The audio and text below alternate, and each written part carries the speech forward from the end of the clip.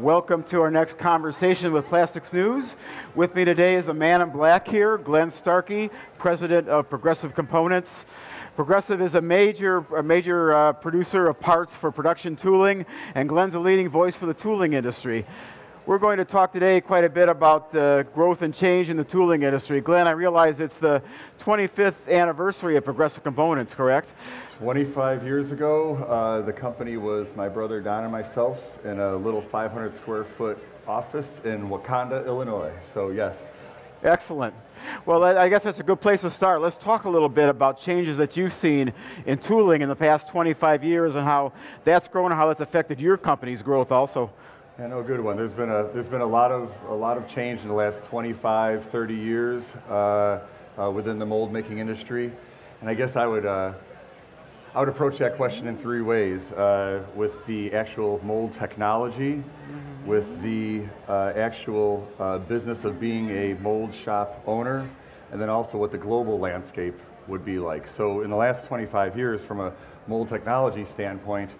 25, 30 years, that was before CAD/CAM, so mold designs were pencil drawn, detailed very extensively for running blueprints out to the shop.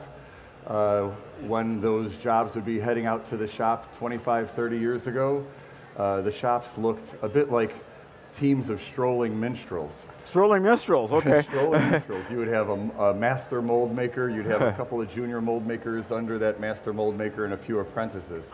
There were really no specialists like departments, like EDM departments, CNC departments. There wasn't CNC 25, 30 years ago. There was still NC, numeric control machines, and that would require punched tape. Okay. So sort of like the punch card you see in college when I was a student. Punched tape being fed into the machines. When we could load a 5 1/4 floppy drive into a Greco mini file reader, that was like a really big new technology for us. So 25, 30 years ago, the molds themselves in that time span were more customized than you would see today.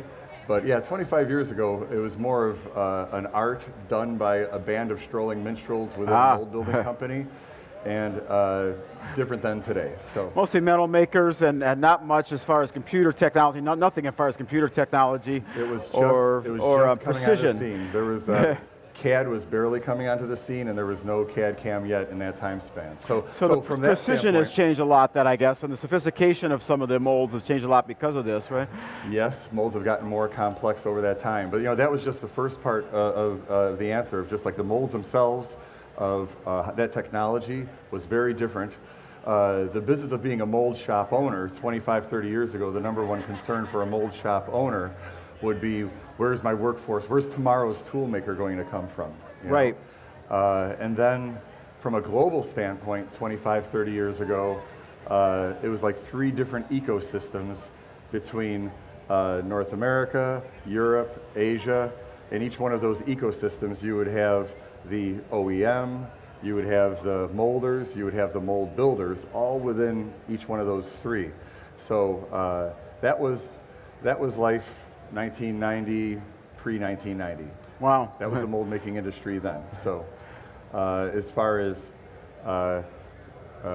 fast forward now within that, you're right. The molds are more complicated. Obviously, CAD/CAM, high-speed machining. Specialized departments in a lot of cases, right? Departments throughout, correct. And from a geographical, and from a mold shop owner standpoint, the automation that's required is a big capital equipment expenditure. That's far beyond, you're investing into robots. It's far beyond what would have been really imagined 25, 30 years ago.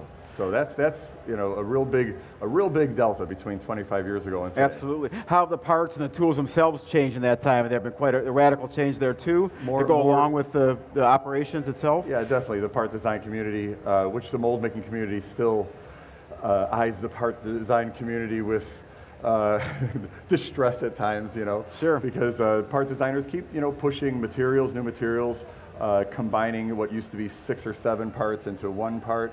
So it makes the plastic part and therefore the mold more challenging.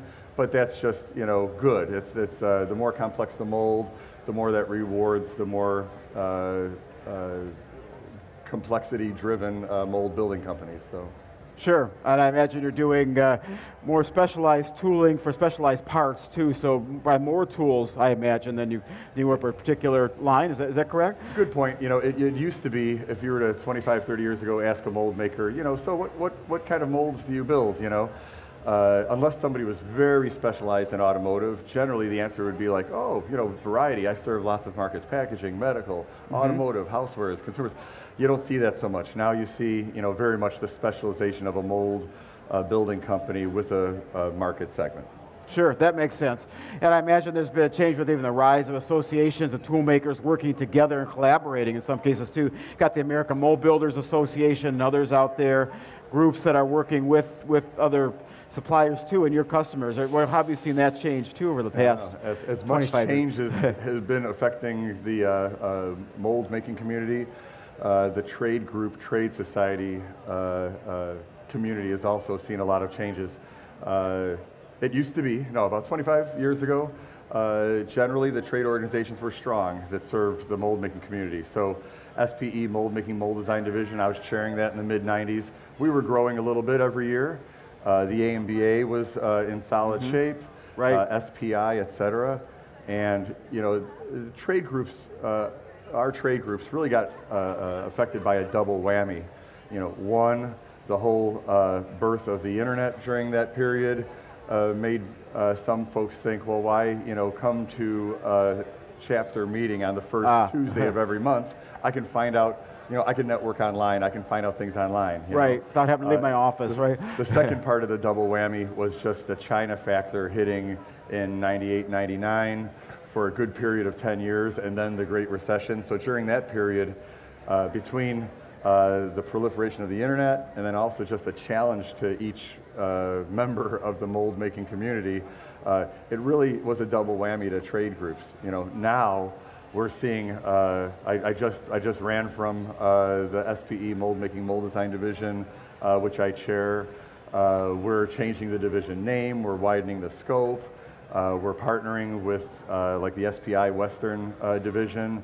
We're partnering actually with Plastics News. SPE Mold Making Division is organizing the plant tour at the upcoming Plastics News Cap and Closure Conference in the Chicago area in September. So that's just the SPE that I could speak of. The AMBA has never been stronger. Not only is the SPI, as evidenced by this NPE, strong as ever, but then also Manufacturers Association Plastic Processors, MAP, is a very, very strong, vibrant. So yeah, 25 years ago, the various groups were strong, a real double whammy throughout the periods of 98, 99 to 2010.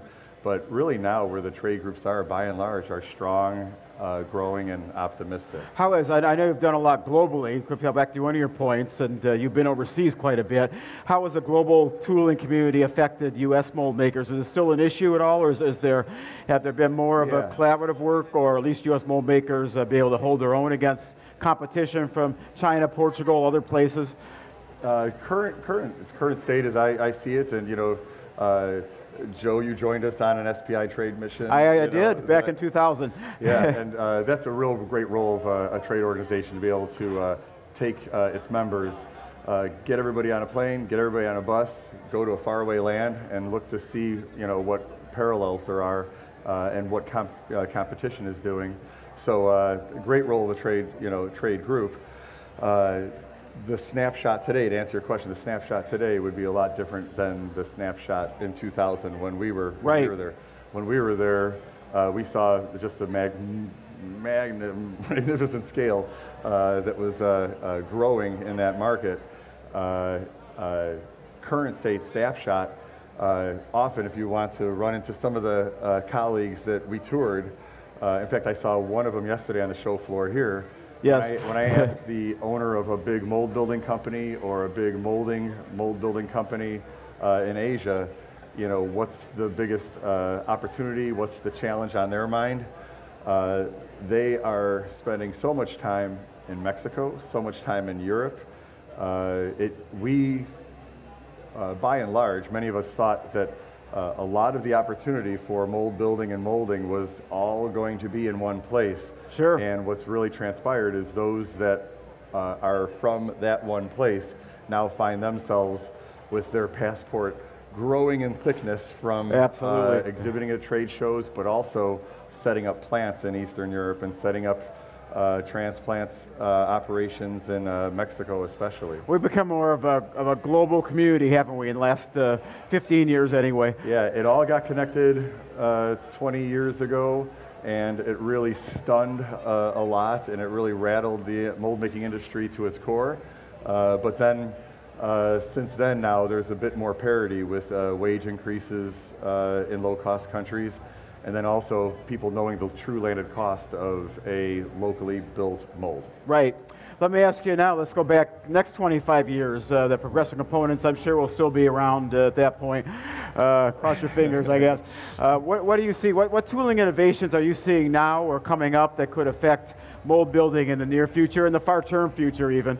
Yeah, we've been having some fun pondering that. We've been saying, you know, what will our presence be as a company at NPE 2039, you know? Right. And that year 2039 comes up a lot in our small talk and our pushing our imaginations out, you know? I think just that there's been a huge change from mold design being drawn a pencil and paper 25, 30 years ago. I ponder if there's even really, you know, mold designs in 25 years from now. Cellular manufacturing will be, you know, only increased. Molds themselves, you could really picture them being, you know, packed with intelligence, with sensors, I picture every mold being a node on a network. So the molds themselves, maybe I'm scratching the surface, and that's not 25 years, and that's, you know, 5, 10, right, you know, but right. The molds themselves are going to be more intelligent, look different, more complex, more growing into becoming machines and not just, you know, an open shut mold. As far as being a mold shop owner in, you know, 25, 30 years, that's going to take a huge capital equipment expenditure to be playing in that game of cellular manufacturing and robotics. So it, you know, might further be the strong getting stronger, the big getting, you know, bigger in that regard. But as far as the global aspect, to wrap that portion up, so the molds will be more complex and built different than we're seeing. The business of being a mold shop owner will be a capital equipment venture, I think.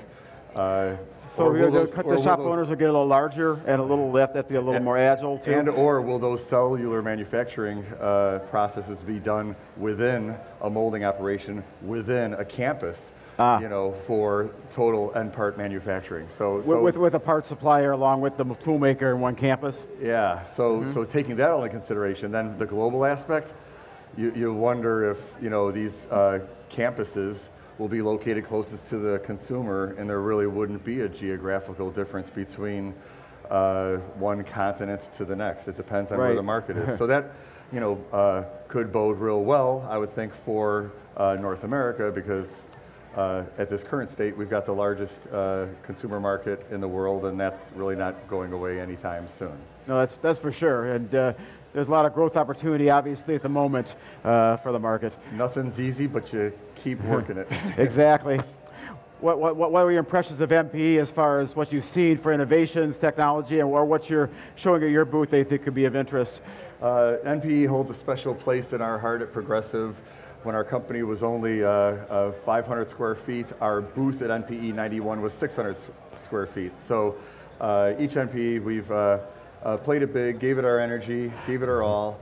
Up until the past week, we were thinking of ideas that were turning into, you know, some sell sheets and such. So we've never been more pleased than the science that we're seeing at this NPE. And we're looking forward to the next one. We wouldn't have minded Chicago being in the tour of NPE. Well, I know that's where you live, I know. We understand. We're going to keep enjoying coming back to Orlando, on and on. Excellent. Well, thank you, Glenn Starkey with Progressive Components for your views on tool making, and thank you for your conversation today with Plastics News. Thanks a lot, Joe.